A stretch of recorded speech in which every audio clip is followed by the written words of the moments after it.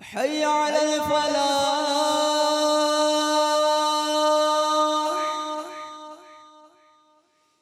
حي على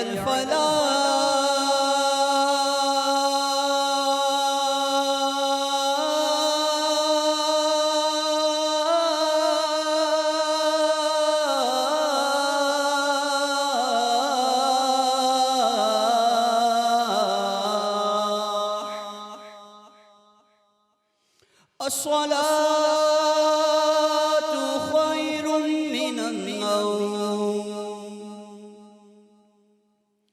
الصلاة خير من النوم. الله أكبر الله أكبر،